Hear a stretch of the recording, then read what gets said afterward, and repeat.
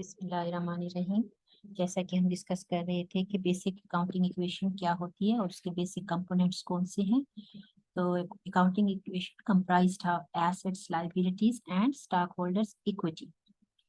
तो last video में मैंने आपको बताया था कि एसेट्स जो है वो बिजनेस के रिसोर्सेज होते हैं, जो कि एक बिजनेस जिनको ओन करता है और जिनको इस्तेमाल करके वो फ्यूचर की अर्निंग जनरेट करता है। तो एसेट्स जो है वो बिजनेस के रिसोर्सेज और जबकि लाइबिलिटीज और स्टॉक होल्डर्स इक्विटी जो है वो फंड्स के sources of providing the finances होते हैं। आज हम डिस्कस करेंगे कि एसेट्स को हम किस तरह से क्लासिफाई कर सकते हैं या एसेट्स की जो है हमारे पास कितनी टाइप्स होती हैं। तो बेसिकली एसेट्स को जो है हम on the basis of their life and on the basis of their physical appearance जो है वो हम तीन कैटेगरीज में जो है वो डिवाइड करते हैं। तो हमारे पास बेसिकली करंट एसेट्स होते हैं, फिक्स्ड एसेट्स होते हैं एंड इनटेंजिबल एसेट्स होते हैं।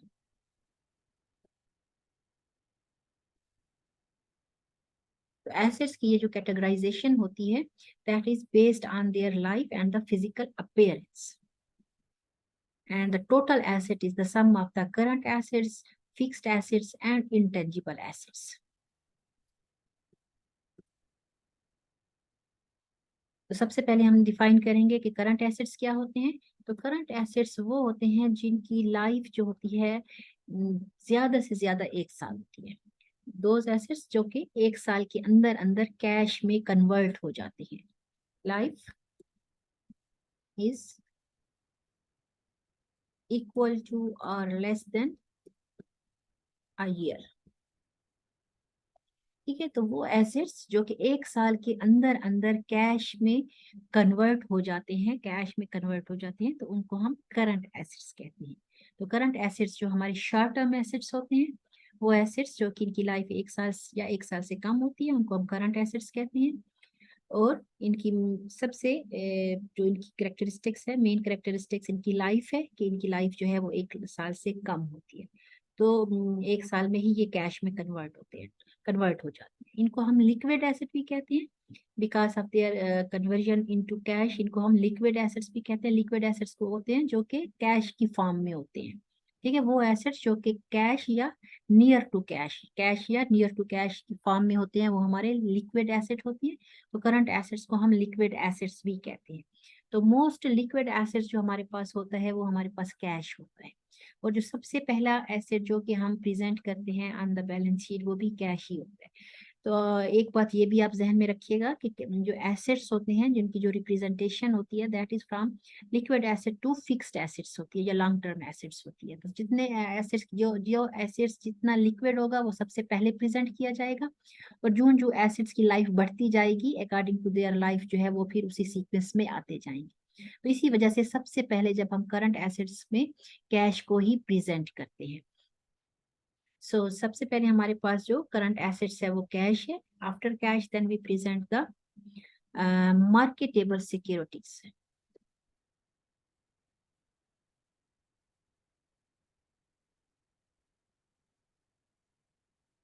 मार्केटेबल सिक्योरिटीज,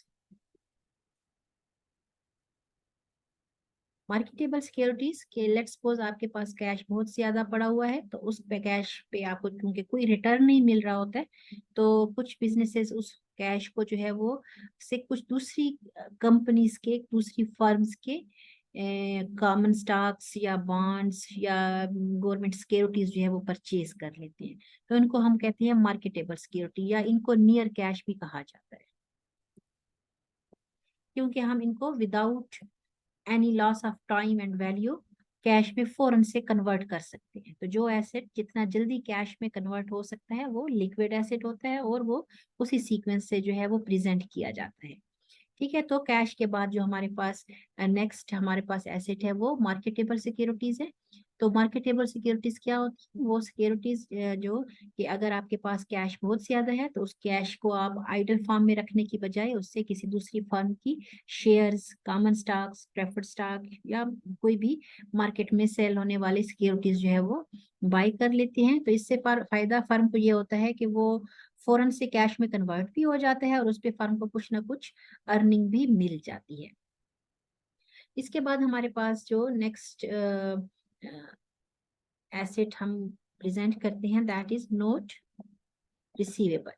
नोट रिसीवेबल जो है वो फर्म की क्रेडिट सेल होती है। फर्म की क्रेडिट सेल होती है जो हम उधार पे सेल करते हैं। तो कैश की बजाय जो है हमारा कस्टमर जो है हमसे एक प्रॉमिस करता है कि वो हमारा पैसा जो है वो हमारा कैश जो है इन फ्यूचर पे करेगा। that is that can be note receivable and account receivable. So note receivable and account receivable, the only difference between the two is that के note receivable is a legal document, इसमें written promise होता है, जबकि account receivable में as such कोई written promise नहीं होता है, that may be on the verbal commitment between the buyer and seller. So account receivable and note receivable are the credit sale of the business, या firm की उधार की cell होती है। जो हम सेल तो हो जाती है लेकिन उस वक्त हमें कैश नहीं मिलता है बल्कि उसकी रिटर्न में हमें एक प्रॉमिस मिलता है कि हमारा कस्टमर जो है वो इन फ्यूचर वो हमारी अमाउंट जो है वो पे कर देगा।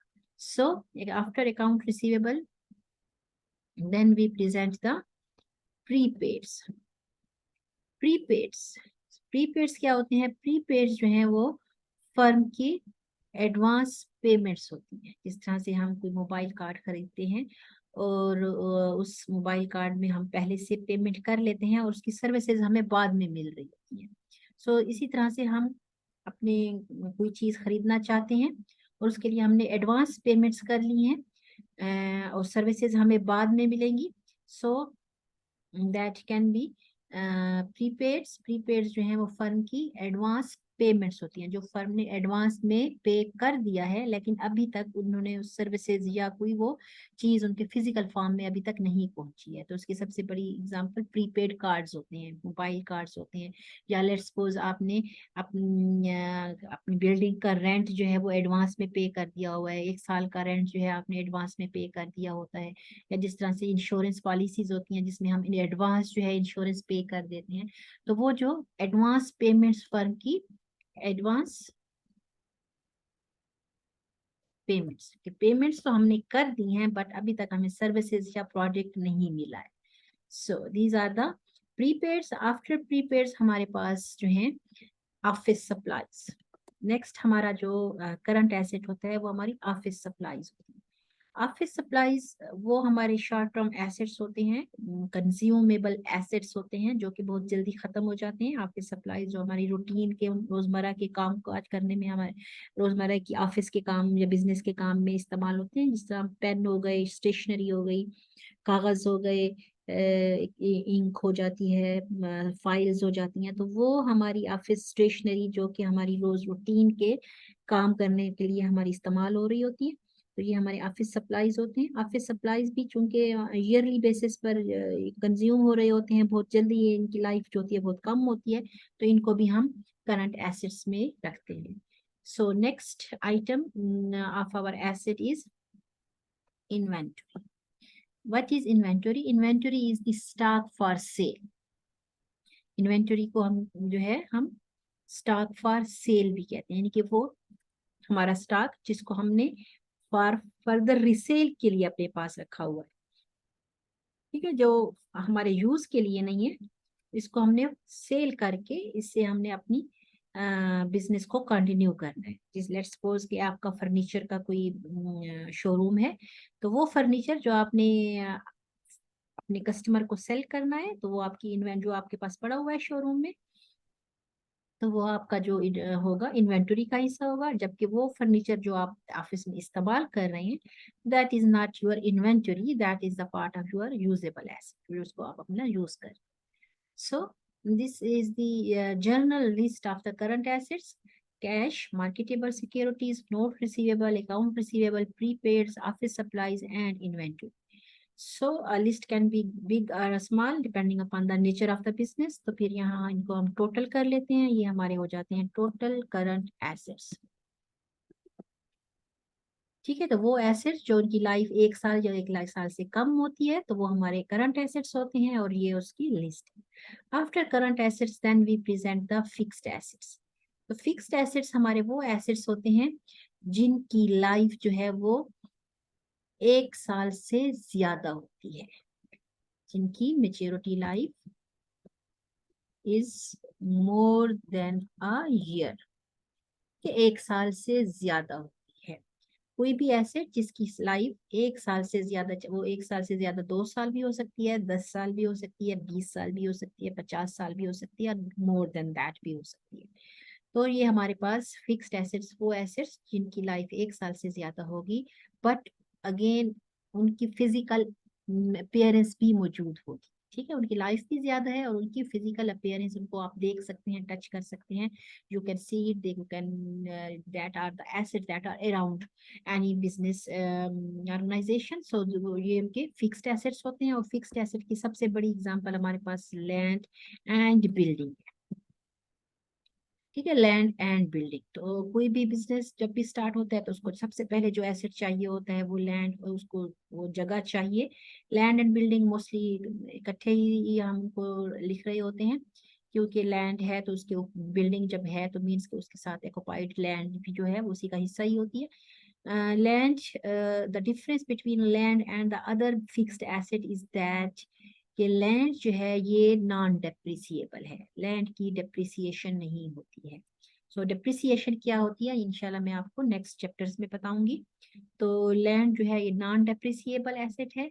बिल्डिंग हो गई, अब दूसरी एग्जांपल्स हमारे पास फिक्स्ड एसेट्स की क्या हो सकती हैं, लैंड, बिल्डिंग, फर्नीचर, वह किसी भी किस्म की गाड़ियां हो सकती हैं, ट्रक हैं, कारें हैं, बाइक्स हैं। तो व्हीकल्स जो कि बिजनेस में इस्तेमाल हो रही हैं, उसकी रूटीन की उसकी सप्लाईज को एक जगह से दूसरी जगह पहुंचाने के लिए प्रोडक्ट्स को व्हीकल्स हो सकते हैं। कोई भी इक्विपमेंट्स हैं, मशीन्स हैं, कंप्यूटर्स हैं, ये नॉर्मली ये सारी चीजें इक्विपमेंट के भी हेडिंग में आ सकती हैं, लेकिन आपको एक्सप्लेन करने के लिए मैं यहाँ पर लिख रही हूँ कि ये सारे जो है हमारी फिक्स्ड एसेट का जो है वो हिस्सा होते हैं। Again the list depends upon the nature of the business, कि ये हमारे पास जर्नल एसेट्स हैं जिनको अब कोई भी एसेट्स जिसको आप फिजिकली देख सकते हैं और जिसकी लाइफ 1 साल से ज्यादा है वो इस कैटेगरी में फॉल करेगा, depending upon the nature of the business. तो एसेट्स की लिस्ट जो है वो लंबी होती जा सकती है। तो यहाँ फिर हमारे पास आ जाते हैं टोटल फिक्स्ड एसेट। तो थर्ड कैटेगरी, लास्ट कैटेगरी जो हमारे पास एसेट्स की है, that is intangible assets. Intangible assets वो कौन से एसेट होते हैं, इनटेंजिबल एसेट्स हमारे वो एसेट्स हैं जो हमारे बिजनेस की रूटीन की एक्टिविटी को कैरी ऑन करने के लिए तो बहुत जरूरी होते हैं, लेकिन वो बज़ाहिर हमें नजर नहीं आ रहे होते हैं, हम उनको देख नहीं पा रहे होते हैं, but without them we can't continue our business.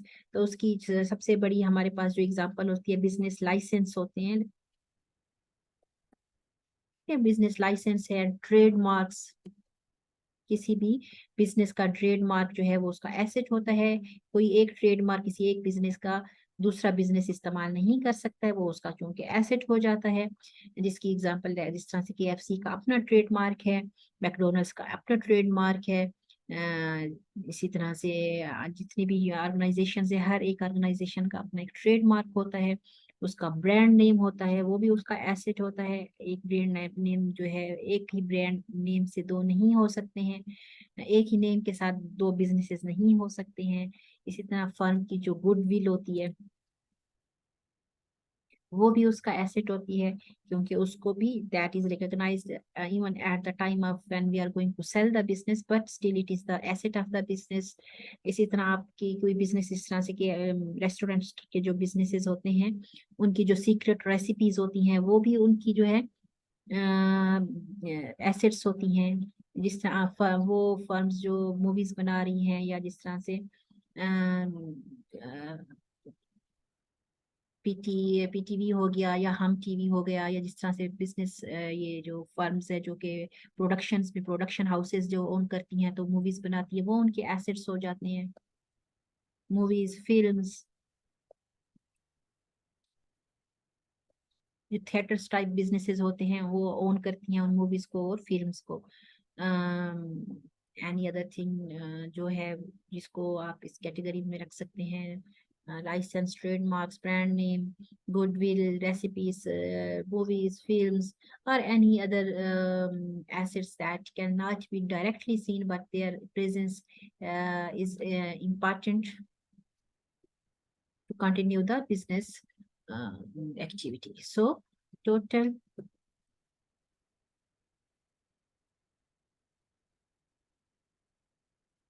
and intangible assets, and then by adding these all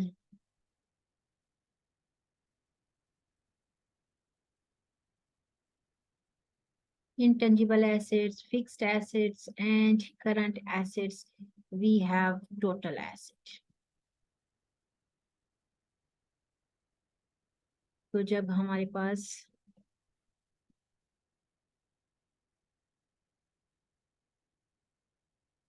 हम जब ऐड कर लेते हैं current assets, total current assets को, टोटल फिक्स्ड एसेट्स को, and lastly total intangible assets को, then we have the total assets.